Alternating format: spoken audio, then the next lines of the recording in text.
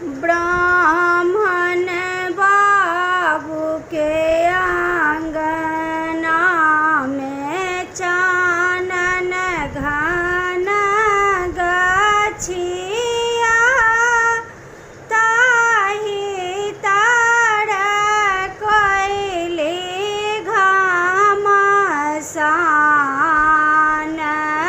है।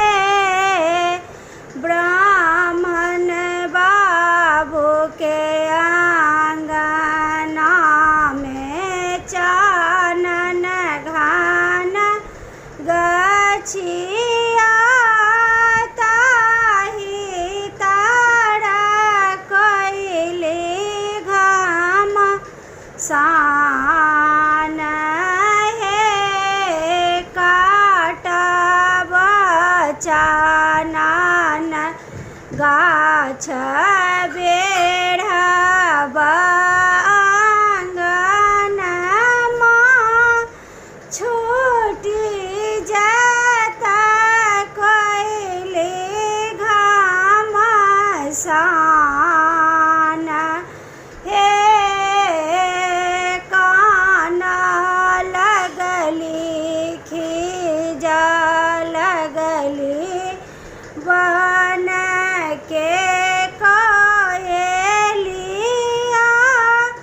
ढार लगली नैना सनोर है। कान लगली खीज लगली बन के कोयलिया झाड़ लगली नैना सनोर है।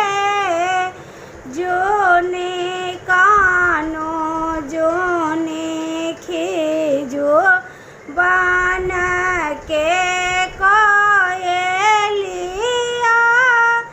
जोने झाड़ू नैना सनोर है।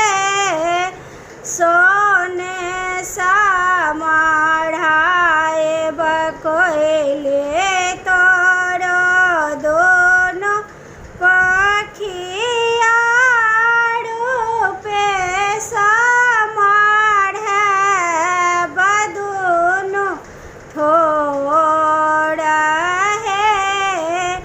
जाही बना जे बहे कोइले रोनो झोनो बाजत रही जाता ब्राह्मण बाबू के नाम है। जाही